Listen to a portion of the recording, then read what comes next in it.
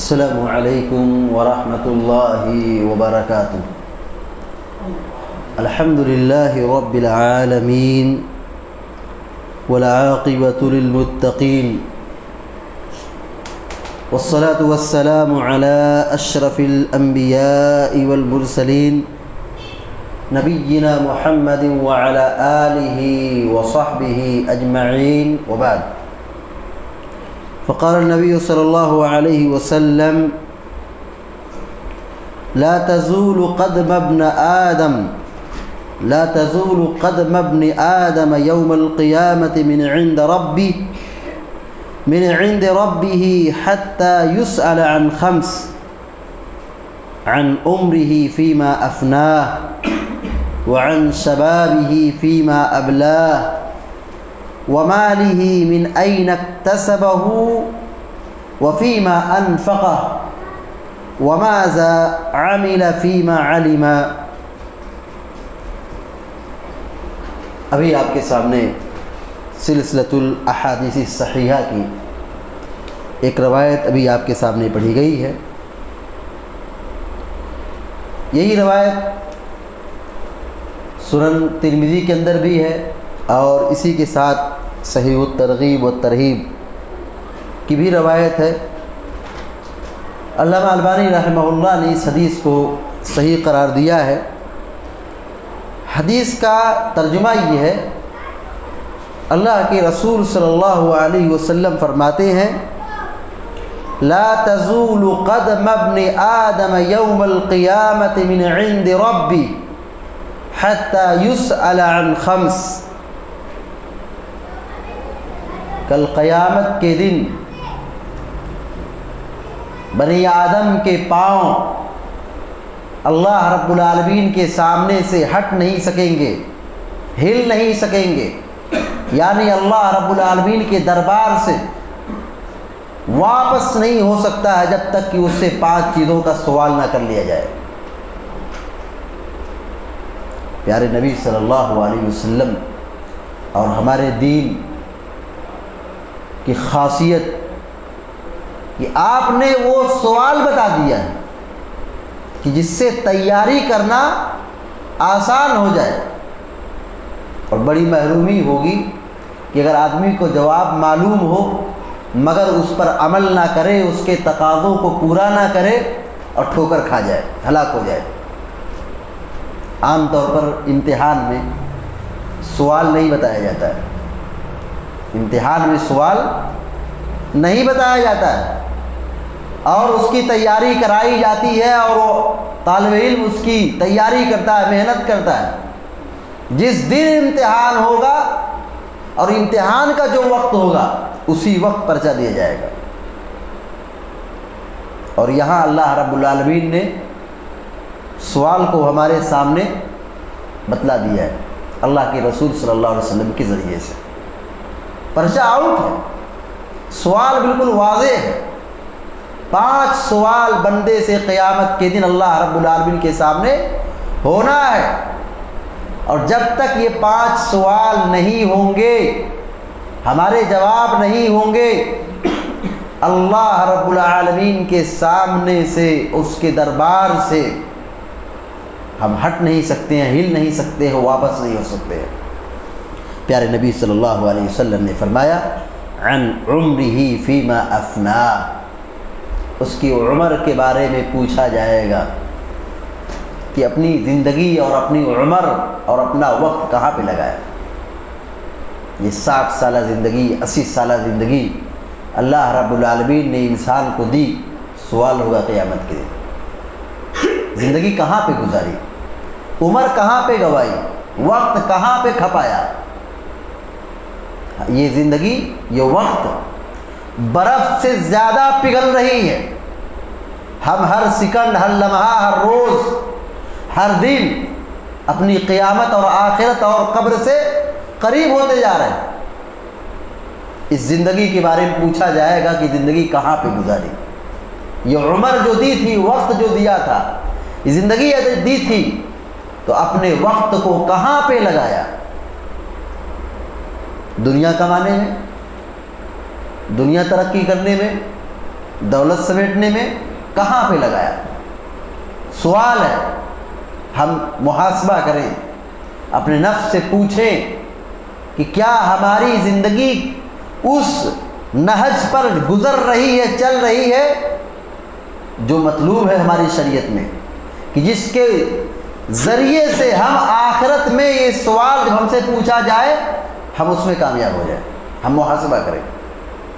اکثر لوگوں کی زندگی خسارے میں جا رہی ہے، اور یہی قرآن میں اللہ رب العالمین نے فرمایا والعصر ان الانسان لفی خسر، قسم ہے زمانے کی، انسان تباہی میں ہے، خسارے میں ہے، بربادی میں ہے۔ اکثر انسانوں کی زندگی خسارے میں گزر رہی ہے، بربادی کی طرف جا رہے ہیں، تباہی کی طرف جا رہے ہیں، ہر روز اپنی قبر سے اور اپنی آخرت سے قریب ہو رہے ہیں، لیکن بے خبر ہے، خواب غفلت میں سو رہے ہیں۔ آدمی سوچتا ہے کیا ہے، ابھی زندگی ہے، عیش کر لینے دو، زندگی گزار لینے دو، جب بڑھاپا ہوگا تو توبہ کر لیں گے۔ یہی خواب دیکھتے ہیں، یہاں تک کہ سوتے ہیں تو سوئے ہی رہتے ہیں، اور قیامت کے اور قبر میں ان کی آنکھ کھلتی ہے، حساب و کتاب کے وقت ان کی آنکھ کھلتی ہے۔ کتنی بڑی محرومی ہے، کتنی بڑی تباہی ہے کہ اللہ رب العالمین نے زندگی دی ہے اور صرف ایک چیز کا مطالبہ کیا ہے، وہ کیا ہے کہ ہم مرتے دم تک اس کی عبادت کرتے رہیں، اللہ رب العالمین کے حق کو پہچانیں۔ اگر اس نہج پر ہماری زندگی گزرے گی تب قیامت کے دن ہم سے جب پوچھا جائے گا کہ تم نے اپنی زندگی کہاں گزاری، تو ہم کہہ سکتے ہیں کہ ہم نے تیری عبادت میں گزاری ہے، تیرے دین کی خدمت میں گزاری ہے۔ ورنہ آج آدمی صبح سے لے کے شام تک دین سائڈ میں، دین سے کوئی سروکار نہیں، کوئی مطلب نہیں، بس صبح سے شام تک، دن سے رات تک، پورا مہینہ، پورا سال دنیا، مال، دولت، بس اسی کی فکر ہے، اسی کی فکر ہے۔ نمازوں کی پابندی کی کوئی فکر نہیں، دینداری کا کوئی تصور نہیں، بس دنیا ملے، بس آدمی اسی مگن ہے۔ الہاکم التکاثر حتی زرتم المقابر، تمہیں دنیا کی رنگینیوں نے غافل کر رکھا، یہاں تک کہ تم قبر کی زیارت کر لیے، قبر میں داخل ہو گئے، اور تمہیں احساس نہیں رہا کہ زندگی کا مقصد کیا تھا، دنیا میں آئے کس لیے تھے۔ تو پہلا سوال قیامت کے دن ہم سے اور آپ سے جو ہوگا وہ اپنی زندگی کے بارے میں ہوگا، اور عمر کے بارے میں ہوگا۔ دوسرا سوال ہے وعن شبابہ فیما ابلا، جوانی کے بارے میں پوچھا جائے گا کہ اپنی جوانی کہاں پہ گزاری۔ جوانی اور زندگی دونوں ایک ہی چیز ہے، زندگی کا حصہ ہے جوانی، لیکن خاص طور سے ایک سوال جوانی کے بارے میں ہوگا کہ اپنی جوانی کہاں پہ گزاری، جوانی کو دیوانی بنایا یا اللہ کی بندگی میں گزارا۔ اصل عبادت جوانی کی عبادت ہے، تو اپنی جوانی کی قدر کریں، اپنی جوانی کی حفاظت کریں، اپنی جوانی کو دین اور شریعت کی حفاظت اور اس کی خدمت میں لگائیں۔ کل قیامت کے دن یہ سوال ہوگا جوانی کہاں پہ گزاری۔ وَمَالِهِ مِنْ أَيْنَ اكْتَسَبَهُ، تیسرا سوال یہ ہوگا کہ مال کہاں سے کمایا، مال کہاں سے کمایا، یعنی کیسے کمایا، جائز تھا، حلال تھا، کیسا تھا، سوال ہوگا، مال کے بارے میں پوچھا جائے گا۔ وَفِيمَا أَنْفَقَ، چوتھا سوال ہوگا مال کہاں پہ خرچ کیا۔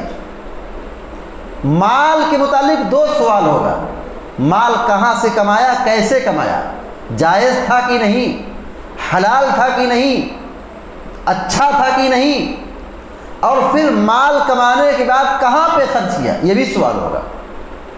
ایسا نہیں کہ مال ہماری جیب میں آ گیا ہے، ہمارے اختیار میں ہے، ہمارا ہے، ہم جیسے چاہیں خرچ کریں، نہیں، یہ بات یاد رکھو، مال ہمارا ضرور ہے، ملکیت ضرور ہماری ہے، لیکن اختیار ہمارا نہیں ہے، آزادی نہیں کہ ہم چاہیں عیاشی میں گزاریں، اسراف میں خرچ کریں، نافرمانی میں خرچ کریں، شیطانی کاموں میں خرچ کریں، اختیار ہمارا نہیں۔ پائی پائی کا حساب ہوگا، پیسے پیسے کا حساب ہوگا۔ ایک بھی پیسہ اگر حرام جگہ پہ خرچ ہوا اس کا حساب دینا پڑے گا۔ قیامت کے دن یہ سوال ہونا ہے کہ مال کہاں پہ خرچ کیا۔ آج عام طور پر دیکھا جائے تو مال کمانے میں لاپرواہ ہے، حلال و حرام کی کوئی تمیز نہیں۔ اکثر لوگوں کی یہی حالت ہے، الا من رحم ربی، مگر جس پر رب کا رحم ہو، احسان ہو، کرم ہو، توفیق ہو، وہی حلال و حرام کی تمیز کرتے ہیں، ورنہ سب لوگ سمیٹنے اور لوٹنے کے چکر میں ہیں۔ اور چوتھا سوال اسی مال سے متعلق ہے کہ مال کما تو لیا لیکن خرچ کہاں پہ کیا۔ آج ہم محاسبہ کریں، آج ہماری پوری انرجی اور پوری دولت، پورا سرمایہ کہاں پہ خرچ ہو رہا ہے؟ یا تو اپنی باڈی کے اوپر، یا تو اپنے مکان کے اوپر، یا تو پھر شادی بیاہ کے اندر۔ دین کے لیے اللہ رب العالمین کہ اس دین کی حفاظت کے لیے ہمارا مال کتنا خرچ ہو رہا ہے، اس کا بھی محاسبہ کرنا چاہیے۔ مال اللہ نے دیا ہے، اس کا یہ مطلب نہیں کہ صرف اپنی ذات پر خرچ کریں، ضروری ہے کہ ہم اپنے اوپر خرچ کریں، لیکن اس کا بھی خیال رکھنا پڑے گا کہ قوم کے، جو سماج کے، معاشرے کے غریب ہیں، محتاج ہیں، لاچار ہیں، بیمار ہیں، پریشان حال ہیں، ان کا بھی خیال ہونا چاہیے، زکوٰۃ کا سسٹم ہونا چاہیے۔ اور اسی کے ساتھ ساتھ یہ بھی محاسبہ کرنا ضروری ہے کہ ہم اللہ کے دین کے لیے اپنا مال کتنا دے رہے ہیں، اللہ کے دین کی حفاظت کے لیے ہم کتنا مال خرچ کر رہے ہیں، اس کے بارے میں پوچھا جائے گا۔ مال کہاں سے کمایا، اور چوتھا سوال مال کہاں پہ خرچ کیا۔ آخری سوال ہوگا پانچواں سوال، جس کو حدیث میں بیان کیا گیا ہے کہ وَمَاذَا عَمِلَ فِي مَا عَلِمَ، جو سیکھا، علم حاصل کیا، اس پر کتنا عمل کیا۔ ہم اور آپ ہر روز دین کا علم سیکھ رہے ہیں، دین کا علم حاصل کر رہے ہیں، جمعہ کے خطبات ہوں، صبح و شام کے دروس ہوں، یا اس طریقے سے دینی پروگرام ہو، یا قرآن و حدیث کا درس ہو، واعظ و نصیحت ہو، جو ہم حاصل کر رہے ہیں، دین سیکھ رہے ہیں، کتنا ہم عمل کر رہے ہیں۔ کامیابی یہ نہیں کہ ہم دین کی بات سن لیں، یہ سعادت اور خوش نصیبی یہ نہیں کہ ہم دینی بات سنتے رہیں، یہ کافی نہیں ہے۔ دین کا علم جیسے سن رہے ہیں اس کو سننے کے ساتھ عمل بھی کرنا ہے، تب تو کامیابی ہے۔ یہ سوال پوچھا جائے گا کہ دین کا علم جو حاصل کیا کتنا عمل کیا، ایسے علم کا کیا فائدہ ہے، کیا مطلب ہے کہ آدمی اس پر عمل نہ کرے۔ یعنی آدمی کے پاس تو روشنی ہے لیکن چراغ تلے اندھیرا ہے، روشنی تو ہے لیکن اس سے فائدہ نہ اٹھا سکے، تو علم کے بارے میں بھی پوچھا جائے گا کہ جو علم سیکھا تھا اس پر کتنا عمل کیا۔ لہذا ہم سب کی ذمہ داری بنتی ہے کہ اللہ کے رسول صلی اللہ علیہ وسلم نے 5 سوال جو یہاں بتائے ہیں کہ قیامت کے دن انسان سے پوچھا جائے گا، ان 5 سوال کی تیاری میں ہم سب کو فکر مند ہونا چاہیے، اس کی تیاری میں ہم سب کی کوشش ہونی چاہیے، اور اس کو قیامت کے دن کامیاب ہونے کے بارے میں فکر مند ہونا چاہیے، اور آخرت کے اندر جو کامیابی کے اسباب ہیں اور جو کامیابی کے ذرائع ہیں ان ذرائع کو حاصل کرنا چاہیے، اس پر عمل کرنا چاہیے، اور جو آخرت میں ناکامی کی طرف لے جانے والے ہیں ان اسباب و ذرائع اور شیطانی کاموں سے اپنے آپ کی حفاظت کرنا چاہیے۔ اللہ تعالی ہم سب کو، آپ سب کو نیک عمل کی توفیق عطا فرمائے، آمین یا رب العالمین۔ اقول قولی ھذا واستغفر اللہ لی ولکم ولسائر المسلمین فاستغفروہ انہ الغفور الرحیم، وصلی اللہ علی نبینا محمد وسلم تسلیما کثیرا، والسلام علیکم ورحمۃ اللہ وبرکاتہ۔